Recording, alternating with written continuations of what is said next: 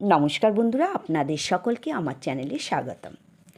আমার পিতামাতাকে প্রণাম জানিয়ে ও গুরুদেবের চরণে সশস্ত্র প্রণাম জানিয়ে আজকের পাঠ শুরু করছি। লীলা পুরুষোত্তম শ্রীকৃষ্ণ বইটি থেকে। আমি আগের দিন কি পাঠ করছিলাম ঠিক পর থেকে পাঠ করছি।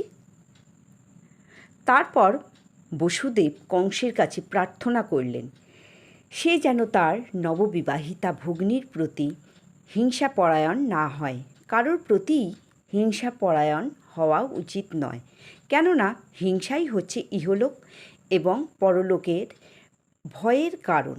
দেবকীর হয়ে বসুদেব কংসকে বললেন যে তিনি তার কনিষ্ঠা ভগ্নী, তিনি সদ্য বিবাহিতা, ছোট ভাই এবং বোনকে পিতার মতো রক্ষা করা বড় ভাইয়ের ধর্ম। বসুদেব যুক্তি দেখালেন অবস্থাটা অত্যন্ত জটিল। যদি তুমি দেবকীকে হত্যা করো তাহলে তোমার যশের হানি হবে। বসুদেব নানা রকম সুন্দর উপদেশ এবং দার্শনিক বিচারের দ্বারা কংসকে শান্ত করার চেষ্টা করলেন, কিন্তু তবুও কংস শান্ত হলো না, কেননা তার প্রবৃত্তি ছিল আসুরিক। অতি উচ্চ রাজকুলে জন্ম হওয়া সত্ত্বেও আসরিক সঙ্গের প্রভাবে সে সর্বদাই আসরিক ভাবাপন্ন ছিল। অসুর কোন সদুপদেশ গ্রহণ করে না, তার অবস্থা একটা পাকা চোরের মতো। তাকে যতই নৈতিক উপদেশ দেওয়া হোক না কেন, তাতে কোনো কাজ হয় না। তেমনি যে মানুষ আসরিক বা নাস্তিক, সে কখনো সদুপদেশ গ্রহণ করেন না। দেবতা এবং রাক্ষসের মধ্যে এটাই হচ্ছে পার্থক্য। শাস্ত্রের উপদেশ অনুসারে যে জীবনযাপন করে তাকে বলা হয় দেবতা, আর যে উপদেশ গ্রহণ করে না তাকে বলা হয় অসুর। কংসকে শান্ত করতে অক্ষম হয়ে বসুদেব চিন্তা করতে লাগলেন কিভাবে দেবকীকে রক্ষা করা যায়। বিপদের সময় বুদ্ধিমান মানুষের প্রথম কর্তব্য হচ্ছে সেই বিপদকালীন পরিস্থিতি থেকে যেভাবে সম্ভব রক্ষা পাওয়া যায়। কিন্তু যদি ঐকান্তিক প্রয়াস সত্ত্বেও সেই বিপদ থেকে রক্ষা না পাওয়া যায়, তাহলে তাতে পৌরুষের হানি হয় না। কর্তব্য সম্পাদনে যথাসাধ্য চেষ্টা করা উচিত, কিন্তু সেই চেষ্টা যদি ব্যর্থ হয় তাতে কোনো দোষ নেই। বসুদেব তার পত্নীর বিষয়ে পুনরায় বিবেচনা করলেন।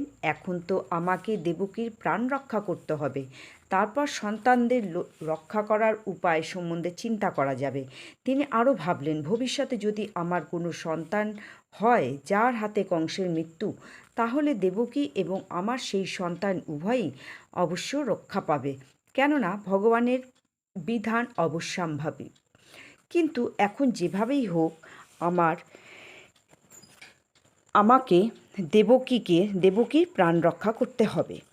জীব যে কীভাবে কোনো বিশেষ শরীরের সংস্পর্শে আসে সেই সম্বন্ধে কোনো নিশ্চয়তা নেই। যেমন দাবানল যে কখন কোন গাছকে পোড়াবে সেই সম্বন্ধে কোনো নিশ্চয়তা নেই। বনে যখন দাবানল জ্বলে তখন দেখা যায় যে অনেক সময় আগুন বায়ুতাড়িত হয়ে কোনো গাছকে অতিক্রম করে অন্য গাছে আগুন জ্বালায়। তেমনি অতি সাবধানে কর্ম ব্যারত থাকলেও আগামী জন্মে যে কিভাবে শরীর লাভ হবে তা জানা অত্যন্ত কঠিন। মহারাজ ভরত অত্যন্ত নিষ্ঠার সঙ্গে আজ্ঞাজ্ঞান লাভের প্রচেষ্টা করেছিলেন, কিন্তু ঘটনাক্রমে তিনি একটি হরিণ শিশুর প্রতি স্নেহশীল হয়ে পড়েন এবং তার ফলে পরবর্তী জন্মে তাকে হরিণ রূপে জন্মগ্রহণ করতে হয়। কিভাবে তার পত্নীর প্রাণ রক্ষা করবেন সেই সম্বন্ধে বিবেচনা করে বসুদেব অত্যন্ত সম্মানের সঙ্গে কংসকে সম্বোধন করতে লাগলেন। যদিও কংস ছিল অত্যন্ত পাপিষ্ঠ, কখনো কখনো বসুদেবের মতো ধর্মপরায়ণ মানুষকে কংসের মতো কর্দজ্য প্রকৃতির মানুষের সঙ্গে চাটুকারিতা করতে হয়। এটা হচ্ছে কূটনীতির পন্থা। অন্তরে অত্যন্ত ভরাক্রান্ত হলেও বাইরে তিনি প্রসন্নতার ভাব প্রদর্শন করলেন।